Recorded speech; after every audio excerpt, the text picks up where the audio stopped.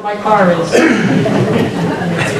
So, now we are going to have debate or an informational session from our Board of Selectmen candidates. And the same rules will apply. Each of our candidates will have 1.5 minutes for an opening statement, and then a 1-minute response. They will all be asked the same question, and then if there's an opportunity for the candidates to rebut, that'll be 30 seconds. And when we did our selection before, so we have Mr. Bodner, Mr. Hebert, Ms. Manners, Ms. Kozlark, and Mr. Zemo. That was the order in which they drew the numbers. So, 1.5 minutes, and Mr. Bodner, your opening statement. Good evening. A little background. I have lived in Ridgefield for the past 24 years, have served on the board for the last 10. Prior to that, I was vice chairman of the Board of Finance. I am married to Nina, and between us we have 9 children ranging in age from 12 to 24. 5 have graduated from Ridgefield High School, and the youngest 4 are all still in the public school system here. My career has been centered in the energy, transportation, and recycling industries. I started in banking and venture capital, and then founded an alternative energy company that had $240 million of assets and 17 operating businesses. Some trivia, we were also the largest collector and recycler of scrap tires in the country. For the past 20 years, I was a partner in a business that owned and operated 12 hydroelectric facilities. In an average year, water through the turbines produced more than 140 million kilowatt hours of green energy. I graduated with honors from Dartmouth College, studied economics in the graduate program at Princeton, and earned a master's in business administration from the University of Chicago with a specialization in finance and a concentration in accounting. My view is that many of the challenges facing Ridgefield are infrastructure related. The best use for the Schlumberger property, downtown traffic and parking issues, fighting the exploitation of affordable housing legislation that destroys the character of residential neighborhoods, and economic development to broaden Ridgefield's tax base. I believe my background and public service experience speak to all of these, and my only agenda is to broadly represent the best interest of all of Ridgefield. Thank you for coming out tonight. Thanks to the board. Yes, Mr. Hebert.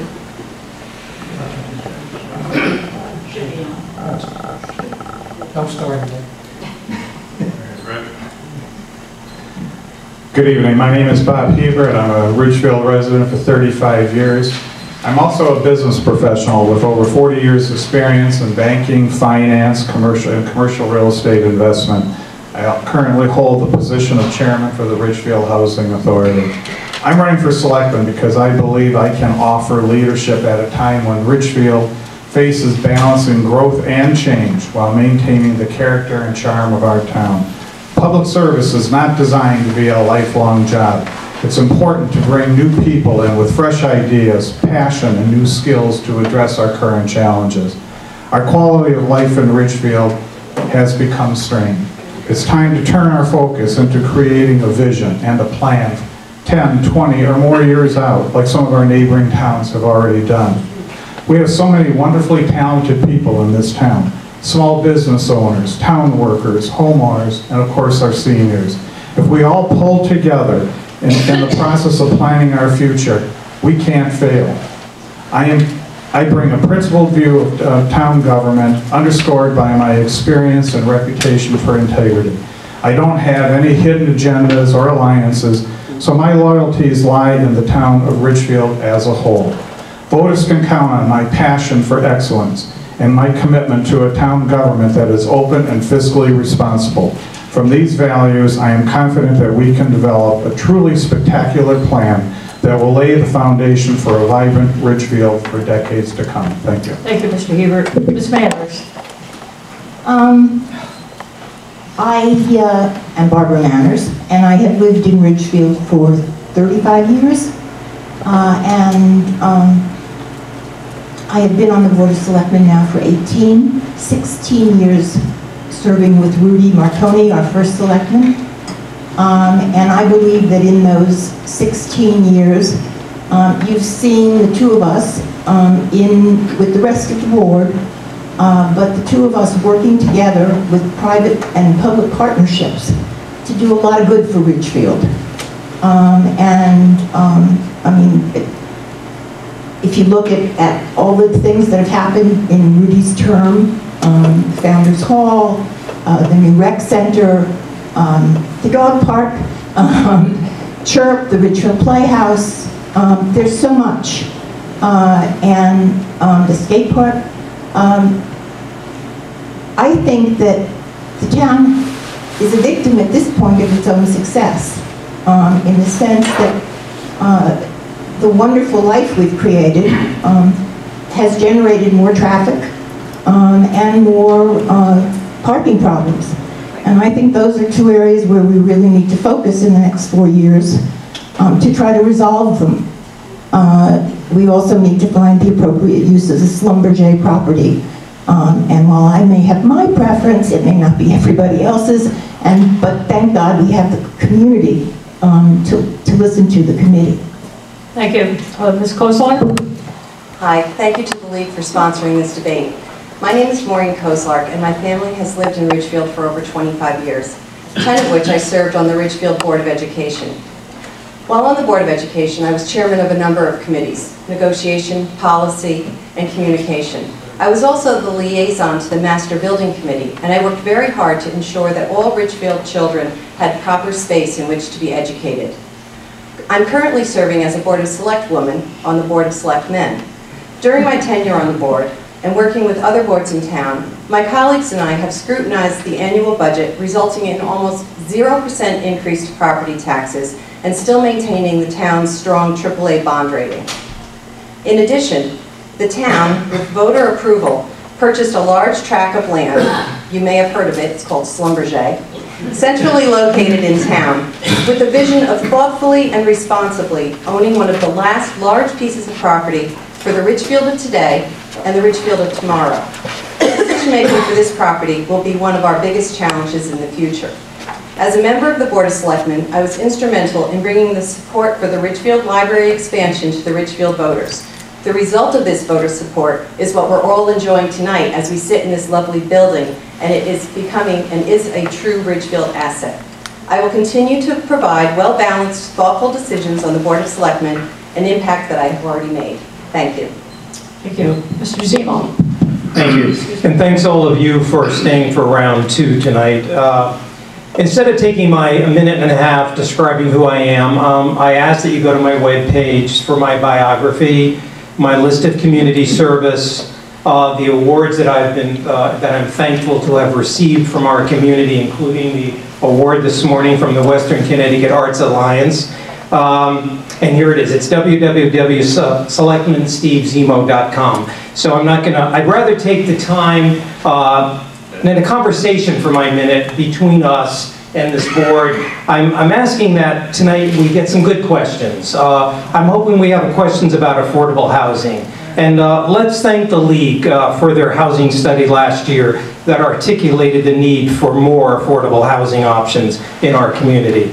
I'm hoping that we have some discussions about economic development and the future of the 30-acre Schlumberger site. And another shout out to the League for helping turn back the sale of that site to the art dealer. Think about it. If that sale had gone through, we would have a fence around the property and we wouldn't have the possibilities of a Sendak museum, playing fields, open space, or an outdoor concert venue. I'm hoping we can have a discussion about an expanded playhouse. I'm hoping we can leave politics at our campaign headquarters and use this opportunity for an exchange of ideas tonight. Thank you. Thank you. Okay, beginning with Ms. Manners, our first question. What actions do you propose to attract business and industry to Ridgefield? I think that we have a beautiful downtown. We have a very educated workforce in this town. What we lack is good interstate transportation. And that's going to be a problem until the state improves the transportation between towns. I think that, notwithstanding that,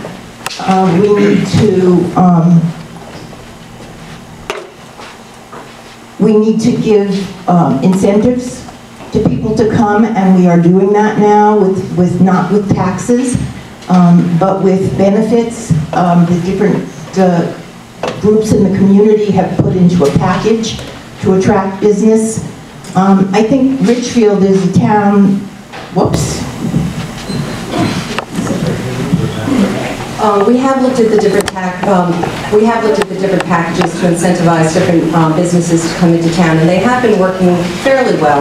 But I think we do have to also look at a short-term tax incentive to perhaps address some of the concerns that businesses have in establishing themselves here in town. I think we have to make sure that we look at the traffic and the parking situations so that our customers can come in and enjoy shopping in Ridgefield and spend time in the stores, spending their money, and keeping Main Street a vibrant and shopping destination that we all want it to be. Thank you. Mr. Zemo? Thank you. This is an area that I'm particularly excited about. I have a master's in community economic development. I think I get what we need to do in Ridgefield, and we're doing it pretty well. According to Al Garzi, our tax collector, our non-residential tax base should be, according to Al Garzi, our non-residential tax base is approximately 15%. Our plan of conservation and development calls for it to be between 13 and 18%. So we're really right on the money. So what we need to be doing is supporting what we have here. We need to be supporting our natural resources and destination Ridgefield. We're not going to be getting Fortune 500 companies relocating in Ridgefield. We don't have the infrastructure here. We need to market what we have. We need to support what we have. And eventually that will trickle into a more vibrant downtown. Mr. Bonner? I can't shout. There's downtown Ridgefield, there's the rest of Ridgefield. Downtown Ridgefield's vitality is heavily dependent on traffic and parking and the issues which we're all aware of. The rest of Ridgefield is business development, really is along the Route 7 corridor, because otherwise Ridgefield is largely built out. And I would encourage the development from the Branchville all the way up to the Wilton line, because that's where you can find plus businesses, that's where there's space to still build, that's where there can be larger industries. Thank you. Mr. Hebert?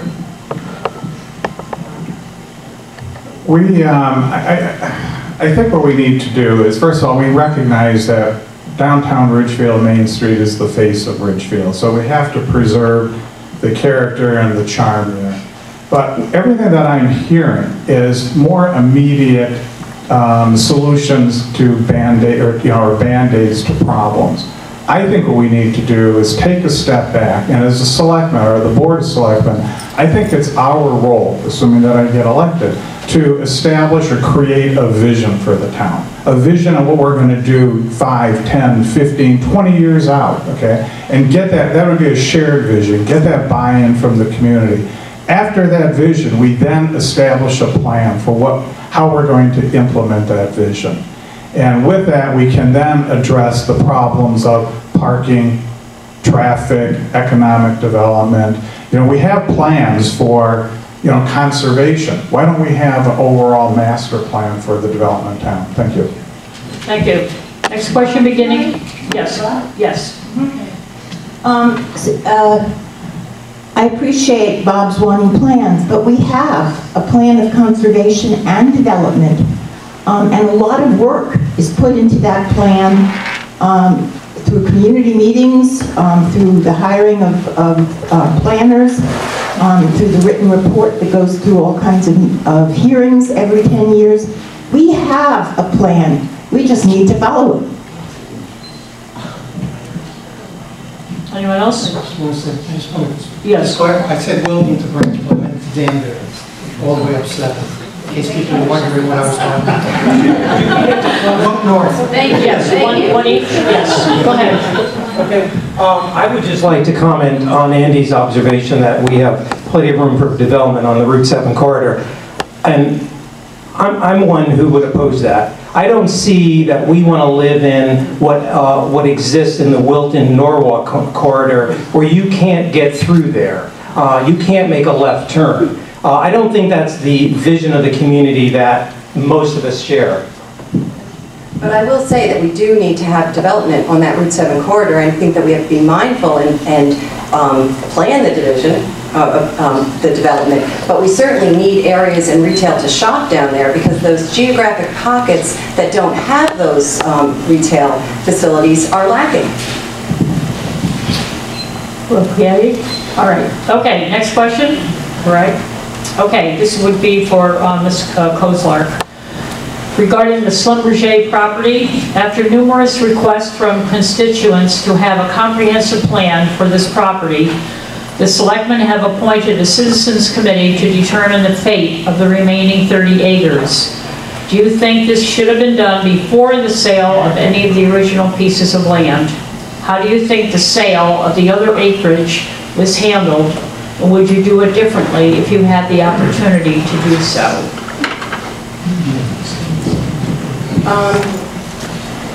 Well, I think that hindsight is always wonderful. I think that there was a dichotomy in that purchase. I think that we had people on the one side of the question that wanted us to purchase that property and then recoup the $6 million, $7 million as quickly as we could. And then we had the other side of the coin that wanted us to preserve it for open space. I think that the select people were listening to the community and the response that we were getting. We did have, and I was the one who brought it up, when we had a public hearing and we had a variety of people stand up, it was almost an equal amount of people who wanted to sell the property, wanted us to save the property, wanted us to do more planning. So there was really never a clear voice from anyone. I think that right now, that 9-member committee that we formed, it's wonderful. That's an excellent committee. And they're reaching out to the community now to get your input on that 30 acres. But you have to remember that we were able to recoup most of our money by the sale of the other pieces of property. So I think we're in a very good position. Thank you. Mr. Zemo. Yeah, well, I know there were multiple facets to the question, so I'm going to just zero in on a couple of it. I want to thank the current board, and I want to thank Rudy especially, for appointing and realizing that the answer to this is a citizen's participation. You completely flipped from top down to bottom up. And with 1,400 people participating in a survey, I mean, that's close to what you get for referendums here in this town. So that's a strong participation. I think the role of the next Board of Selectmen will really be a conduit to implement what the citizens want, as opposed to saying, we don't agree, or we're not going to do it that way and we'll come up with another plan. So I think the citizens are listening, they're paying attention, they voted 2 failed referendums, they're getting their way. So at the end of the day, I think it's a win-win for our town. Thank you. Mr. Bodnar.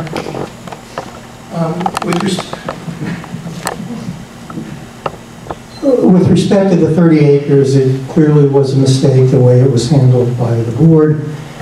And I'll just note that I voted against that at the time. With respect to the 5 and 10 acres, when we went to the public and said we're going to the real estate business, and there was a lot of pushback, we said very clearly that we were going to recoup as much of the money as quickly as we could.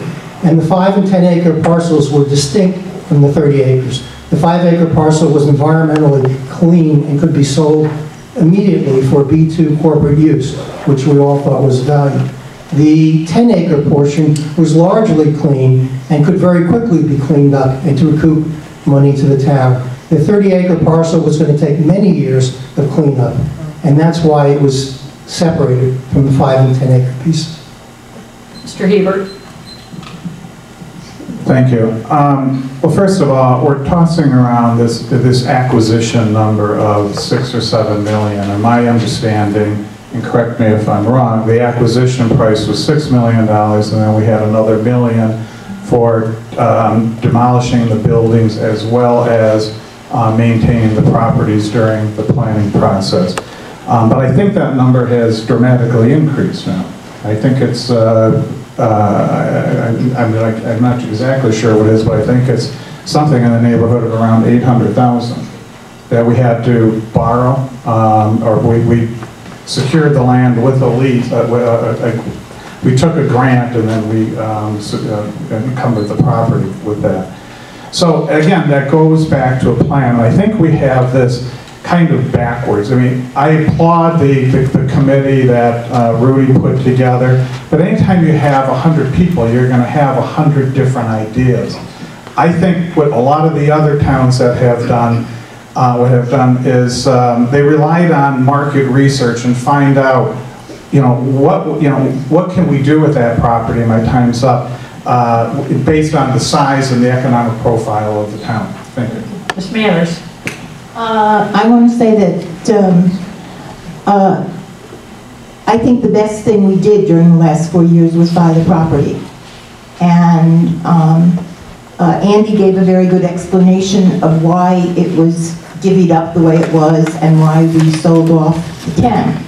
I think the mistake we made originally with the 10, and I was very glad the referendum was voted down, was that we should have been looking for more moderately priced housing and not looking for high-end luxury. But you, the voters, decided indeed that that was what we needed, and I think the 9-member committee is a great thing, and I think that it will come back with recommendations. It will not determine what the future use is. It will come back with recommendations to the board, and there will be further hearings. So based on a lot of community input, we will ultimately have a resolution. Thank you. Any rebuttals on this question? Okay, beginning with Mr. Zemo. Ridgefield continues to fall short on housing that is affordable for young adults, senior citizens, and individuals who are employed in town, and rental costs frequently outpace income for many residents. What can or should be done to help alleviate the situation? Wow, am I so happy I got this question. This is wonderful. This is the community, this is the conversation we should be having with our community. The moratorium that everybody wanted is a year old. What have we done? What have we done? Have there been hearings? Have there been input from planning and zoning? Have there been hearings from the Board of Selectmen? We've really done nothing. So with this next go round, we need to work on this, because the fact of the matter is the baby boomers are becoming the elder boomers, and we need to keep them here. And we need to create new housing options for them. Zoning in this town was created in 1946. It's been tweaked and whatever since then, but it doesn't reflect who we are as a community right now. 3 acre, 2 acre, 1 acre, that was the norm. We need more housing types that adjust to elderly and perhaps the starter homes, but we need to really be having that conversation. What do we want our town to look like, and who do we want to be able to have live here? Thank you. Mr. Bodner.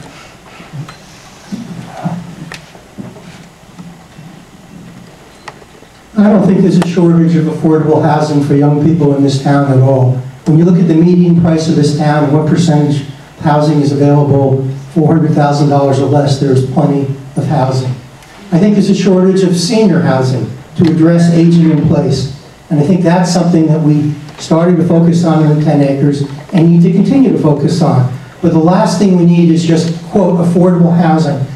Destroying the integrity of residential neighborhoods, high-density housing by developers who exploit the law to trump the zoning process of this community. I don't mind relooking at zoning laws in the community, but I think it's up to the community to decide, not for the state and not for developers to just build large units on small pieces of property. Mr. Hebert? Thank you. I do agree with Andy on this one, but let's understand something. Let's have clarification on what affordable housing is in this town. I think everybody here, if I were to go around the room, I think everybody would give me a different definition of affordable housing. We do have subsidized housing in town. Some people think affordable housing, they define affordable housing, and I'm not saying this is right or wrong, but 400, 450, 500,000. So we really have to understand the type of affordable housing that we have, and we can, and Steve is right. The 830G exemption from, is really an exemption from local zoning ordinances, okay? So basically the state is dictating what we have to build in this town. We're not Hartford, we're not Bridgeport, we're not New Haven. We should be able to develop what we want in a town. And we're using the 830G exemption to as Andy said, to cram large buildings on small properties. Thank you. Thank you. Ms. Manners. Well, we're not using it anymore, at least not for the next 3 years, because we have a moratorium. And Betty Brocious did an incredible job applying for that moratorium. We need, I believe, we need more housing for seniors, more so than the young people. There are a lot of houses in Ridgefield that are under 400,000.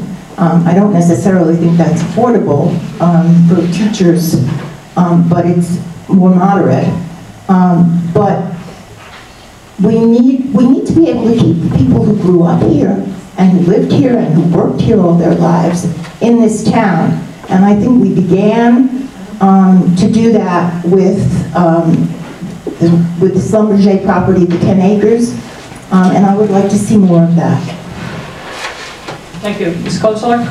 I have to agree with Steve. I think that the fact that we have the moratorium on the 8-30G, it is crucial that we address the areas and how we can respond to that over the next 2 years. That is an issue that we have to include all of the town and hear what they have to say. If we're going to look at zoning issues, which the Board of Selectmen really will give input, but it's going to be planning and zoning that's going to make those decisions. And if we're going to have a dialogue about 1, 2, and 3 acre zoning, then that has to be a conversation that we have with a number of people. I will say we do have a nice assortment of homes in a wide variety of price ranges. The areas that I'm seeing, though, is many times the young people aren't necessarily looking to buy homes nowadays. They're looking at more of a rental, more of a quicker time that they're going to be living somewhere and then moving on, changing jobs. It's a different lifestyle and a different time for us. So we have to be mindful of that, especially if we're going to start looking at zoning rules. Thank you. Yes, Mr. Zimmerman. Okay. For some, clearly on this panel, affordable housing is a dirty word. For others in this community, it's a lifeline. I don't think affordable housing should be a political football here. I think we need to recognize that there are people that can afford a $400,000 home, and there are those that just can get by on $1,500 a month. And I think they have a right to live in this community. So I think we need to take the politics out of it. We also need to separate big time 830G from affordable housing. Those are two separate concepts. Thank you. Any other? Yes. I'd like to rebut also. There are a couple thousand apartments available in town at price points that would be considered affordable in other communities as well as in this community. I don't think there's a shortage of apartments in this town. And when we say 8-30G housing, you have to realize that only 30% of the units that are built in one of those projects are affordable. The rest are all market rate. It's just a way to trump local zoning. Anyone else? Yeah, I want to take just a quick second here. Yeah, I can't sit up here and be so bold as to tell you that I know what this town needs. I'm not going to socially engineer the town and say we need to have, you know, $400,000 housing or $200,000 or $1 million housing.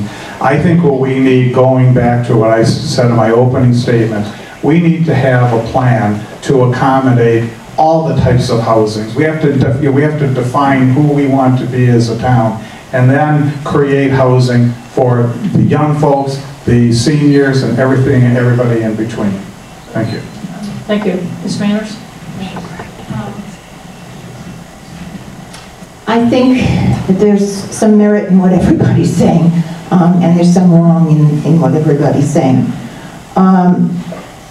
8-30G is horrible. It's a state mandate, and we're stuck with it. We've been able to get a moratorium. I think Steve's right. We need to separate out affordable housing as defined by the state from what's affordable in Ridgefield. And we do need places for people who only make $1,500 a month or only live on $1,500 a month to be able to stay here and live.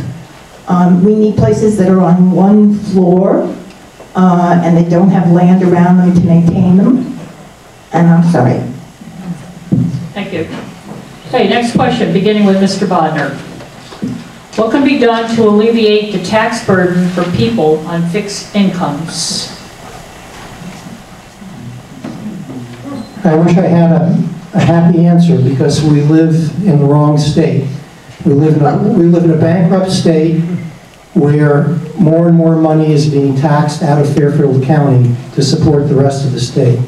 The best we can do on the board is have our legislators do what they can for the seniors, and in Ridgefield, keep our taxes as low as possible. And for the last 14 years in public service that I've been part of, I can tell you that that town government has done a wonderful job in keeping down its cost of business.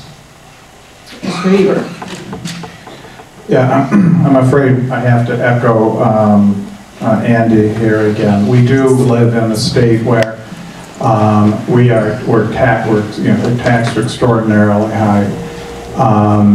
So the only thing that I can think of right now is we would have to. The state of Connecticut is losing jobs. We're running our businesses out of town because of the high taxes, and then the cost for those of us that are here is rising. So we need to figure out a way to keep and attract new businesses coming here, so they can afford, to live in towns like Ridgefield. But we're going to need we need a lot of work to get to that point. Thank you. Ms. Manners. We have a reverse mortgage in this town, which I think a lot of people don't know about, and which seniors are eligible for. I think we need to do a better job of educating our seniors that is available to them. There is the tax deduction that we give to seniors in town, and it gets adjusted. I think that we have done a lot in terms of providing more activities for seniors in town to keep them here. I think there is no senior who lives here now who would want to leave other than for the weather. We have a great senior center. We have the gold card. We have free movies. There's just so much. And I think that we are doing what we can. We just need to have less costly housing for them. Thank you. Ms. Kozlar? Yes, I think it does all come down to budgeting, and I think it comes down to what we've been doing for the last 4 years that I have seen, the work that the board does, just keeping a close eye on increases, trying to keep them at a minimum, trying to continue to provide the services that we know the town wants and is interested in, and making sure that we're watching every dollar that is in those budgets, because that's really where the impact is going to. That's really where the impact is going to be on people's taxes, and it's we're all very mindful of that. Thank you. Mr. Semo. Sure. When it gets down the fifth time, can you restate it? Because it appears that some of my colleagues thought the tax burden was relative to income tax, and yet I was interpreting it to be property tax. Just said what can be done to alleviate the tax burden for people on fixed incomes. All right, then I'm gonna just take it from the perspective of property tax, because the other is too macro an issue for me to consider here. I think that the town actually does a fairly decent deferral program and a senior discount program. I think that maybe it's a little bit more education on it. Honestly, I just found out last year that there was a program for renters, and we tried to propagate that around to people. So maybe it's a little bit more on the education piece, and certainly on the bigger, the macro piece would be, yes, if they weren't living in a house that had huge amount of upkeep and insurance and whatever and all that stuff, and they had a different housing option, that would be, that would also be very helpful. Thank you. Any rebuttals? Sure. Yes, pass it down. Just want to make sure that everyone understands what we're talking about. There's a senior tax credit of about, I think, $1,100 that you qualify for if you live in Ridgefield and this is your permanent residence.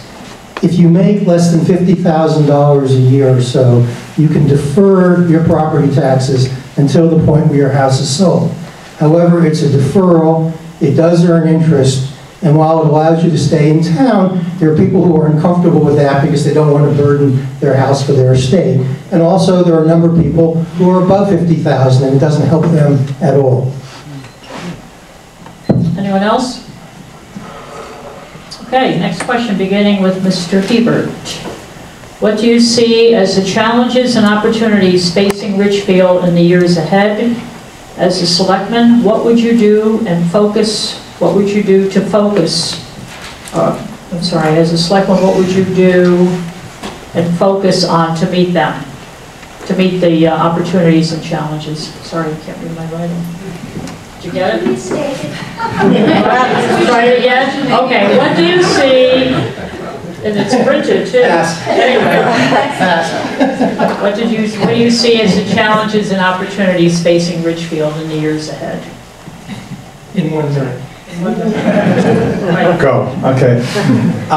Sorry. Let me start with the opportunities first, because I think there's, we do have some wonderful opportunities in this town. Culturally, as Steve and Barbara and others have said. The challenges that we face, I think as a town, we do lack a cohesive vision. And we need to work on that and develop the long, again, I know Barbara said that, we have a master plan. I haven't seen it yet, but I will go back and do my homework and look that up. So we have that. I think the biggest challenge we have, though, is we don't have enough economic or support for economic development in the town. The vast majority of our tax burden falls on our residents. We do have people leaving. We have to keep and create jobs. Those are the types of things that keep me up at night. Thank you. Ms. Manners. Well, I think we have great opportunities ahead in terms of the Schlumberger property. But also, I think we need to look at the downtown. New Canaan has an ordinance that you can only have retail on the first floor. And while I don't think we necessarily want to legislate it, I think we need to encourage the landlords to think further than next month's rent. We need to give businesses in Ridgefield a chance. I think Mr. Zemo actually with his tenants does, and that's why Cops Hill Marketplace is so full most of the time. But a lot of the landlords on Main Street, unfortunately, are looking for the immediate dollar. And I really believe that we need to encourage retail, and we need to encourage it on the ground floor so that people will shop in town. Otherwise, go to the mall. Ms. Kozlar? I'm going to use this one. All right, I think the biggest opportunity that we have is the 30 acres on Schlumberger. I think that's very exciting. I'm hoping that everyone will come out, participate in the charrette on Wednesday evening. It's over at Parks and Rec, starting at 6:30. Give the 9-member board feedback. Talk to them about what you want to see, what you envision for the future of Ridgefield. I think that's a huge opportunity that we have to look at and address. I think the biggest challenge is economic development. I think exactly the way everyone has stated. Our taxes mostly fall on our property owners, and that's a big burden, and we really need to start looking at more diversification in the commercial and corporate tax base. Thank you. Mr. Zemo. Sure. I'm going to take it again also from the umbrella of economic development, because I think that's certainly a theme of this election. In terms of opportunities, we have huge economic development opportunities here, and they are not at the corporate level. Our economic opportunities are in our community assets, our natural resources, as I stated earlier, and our arts. It's just a matter of really rebundling and enhancing that. We need to support the tax base that we have here. If we're at 15% and we like the visual and the quality of life that we have, I don't see us changing that much more. We're not going to start rezoning north ends of Main Street and south ends for greater B2 and B3 uses. So I think we need to work with what we've got. Our challenges are that we have a parking issue that we need to resolve, and my time is up. Thank you. Mr. Bodnar. Was the question opportunity, or was it, if you asked, place the question? No, I'm looking for it. Sorry. The challenges and opportunities. Okay, thank you. Well, as I said in my opening remarks, the opportunities are Schlumberger and trying to develop economic development along Route 7. The challenges, however, are infrastructure, traffic and parking downtown, as everyone else has spoken to, and affordability. Affordability comes from either economic development, or unfortunately it comes from not having taxes burdened on us from the state. We've been fortunate in the last couple of years from a couple one-time hits. $4 million back from CLMP, from overcharging, $1 million from health insurance savings. Those are one-time, non-recurring events. Going forward, it's going to be harder and harder as the state gives us less and less money to keep taxes down. And if taxes go up, it's harder to live in this community. And that's the challenge I'm worried about looking forward. Thank you. Next question. Can I just add, not a rebuttal, but I'd like to add one thing, because nobody else mentioned it, and that is the other opportunity that we have is for the economic development plan, for an economic development plan down in Branchville. That could contribute a great deal, not only to our grand list, but also to the quality of life here in Ridgefield with the right thoughtful plan. Sure. I also just want to remind everybody that Ridgefield has been successful for a long time as a bedroom community for a number of major corporations that have been downsizing and moving away, whether it's Pepsi, IBM, General Electric is threatening to move corporate headquarters, and now the state is, I believe, has repealed some R&D credits which affect Behringer's expansion plans in the future. There are statewide events going on right now that threaten Ridgefield no matter what we do on a local level, unfortunately. Okay, next question for Ms. Manners. I'm going to combine it, and what will be your top priorities, and what is the main attribute that sets you apart from the other candidates? I think our top priorities, is it on? Yeah. I think our top priorities are to find a use that the community will, that everybody can buy into with the rest of the Schlumberger property. But in the immediate future, we need to resolve the parking and the traffic problems. Those to me are the most immediate. In terms of an attribute,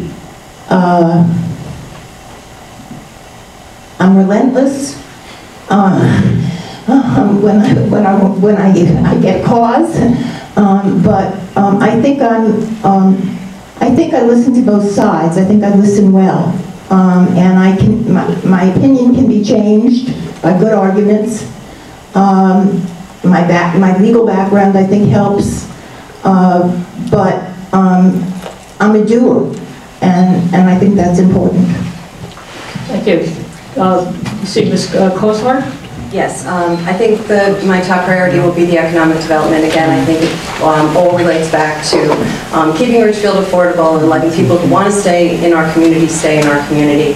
I think my main attributes, I'm thoughtful, I'm well balanced. I always do my homework. I research topics that we are going to discuss at the table. I ask a lot of questions. I am prepared for our meetings. I always make sure that I learn before I go in and speak, because I think that's very important, and I think that that's quality that you want representing you at the table. Mr. Zemo. Sure.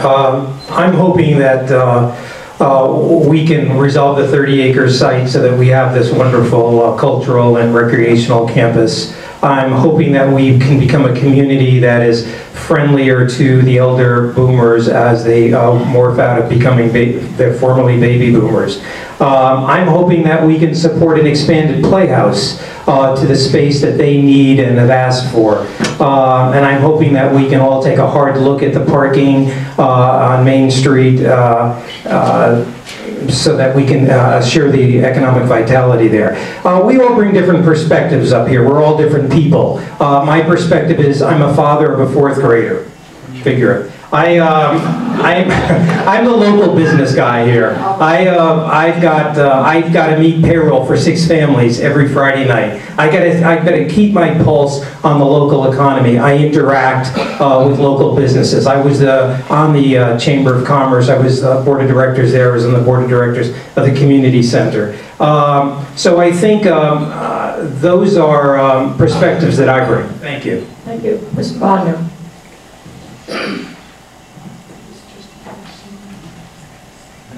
Well, the opportunities, as everyone said, are Schlumberger. The challenges are parking and traffic. Barbara is relentless. Maureen does do her homework. I think I'm the nuts and bolts guy on the board. I bring kind of the financial aspect, and I think I help bring consensus. And I think at the end of the day, very few of our votes have been divided. And I think that really speaks to all of us who have been on the board, but also my help in bringing to the middle ground a solution that works for those who I would affectionately call my bleeding heart liberal friends, and those who are concerned on the business end and the tax end. And that's why I'd like to continue. Thank you. Mr. Heber. Yeah, I'll be redundant just for a second. Yeah, it is economic development, it is vision, it is planning, all those things we need to do to really have and define as a community the type of what we want Ridgefield to look like in the coming years. As far as the attributes that I bring to the table, I'm the new guy on the block. Okay. I do think that the board does need, we do need fresh ideas. I bring a passion to everything that I do. I bring, excellence. I'm committed to excellence in everything that I do. So I think the attributes that I bring, new, fresh ideas, new perspectives on problem solving, again, a different background that I can ask different types of questions to help solve or to help, make Ridgefield a better community. Thank you. Any rebuttals?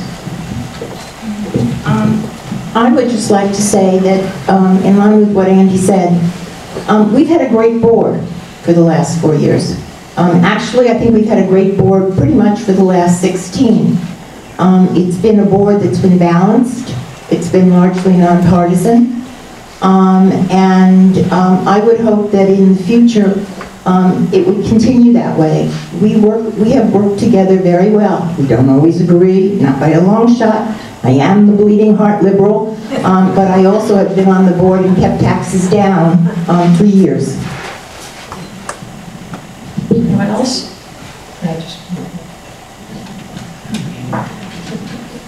I agree with Barbara. This is a small town. It should be nonpartisan. It should elect the people most qualified to serve on this board. And I do want to say it's been a pleasure to serve with Di Masters for the last 10 years. And it's sad that she's decided to retire. I wanted to at least mention that because no one else seems to have. Okay, we'll have time for one last question. Beginning with Ms. Kozlark. It's Mr. Zemo's turn, actually. I'm sorry? I think it's Mr. Zemo's turn, actually. No, it's your turn. Oh,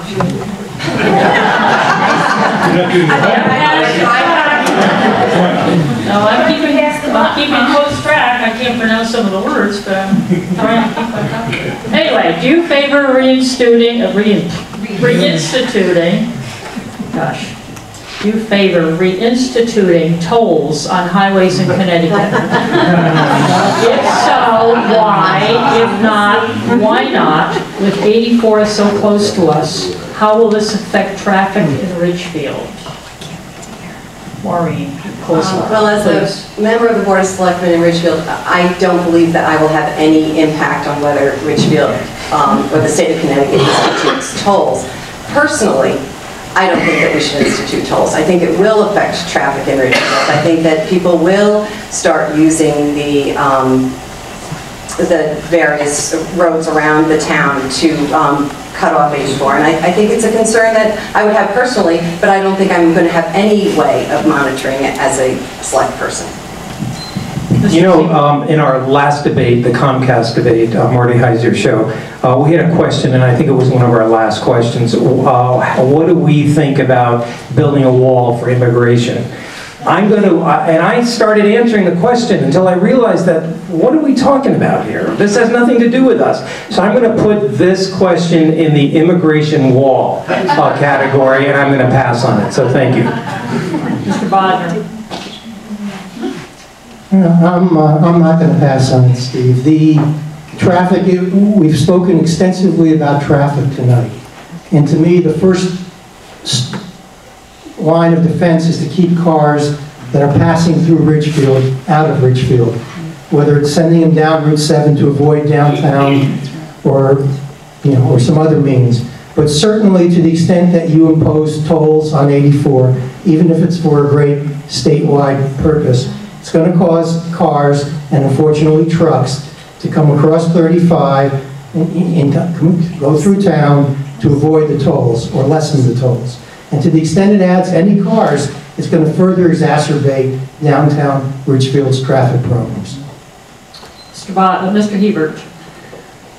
Yeah, again, I think it's going to add to the the already troubled traffic problems that we have in Ridgefield. But more importantly, I think it's going to affect the people that can least afford it, the people that are going to work, because there's a lot of people that commute to Westchester and other places. And I know the idea of, the concept of instituting tolls, but we're already taxed, taxed enough, and tolls are just another tax. And it is going to affect our seniors, and it's going to affect the working class people. And I'm not in favor of it at all. Ms. Manners. I have to agree with Steve about the immigration wall. But I would say that if municipalities could impose tolls, I might support putting one at the end of Route 35 and 7 and one on the other end of town. That might be a great way to keep traffic out. But in terms of the state, we don't have a say in that. Certainly, yeah, that's immigration. Any rebuttals? Then on those notes, I thank all of our candidates for Board of Selectmen.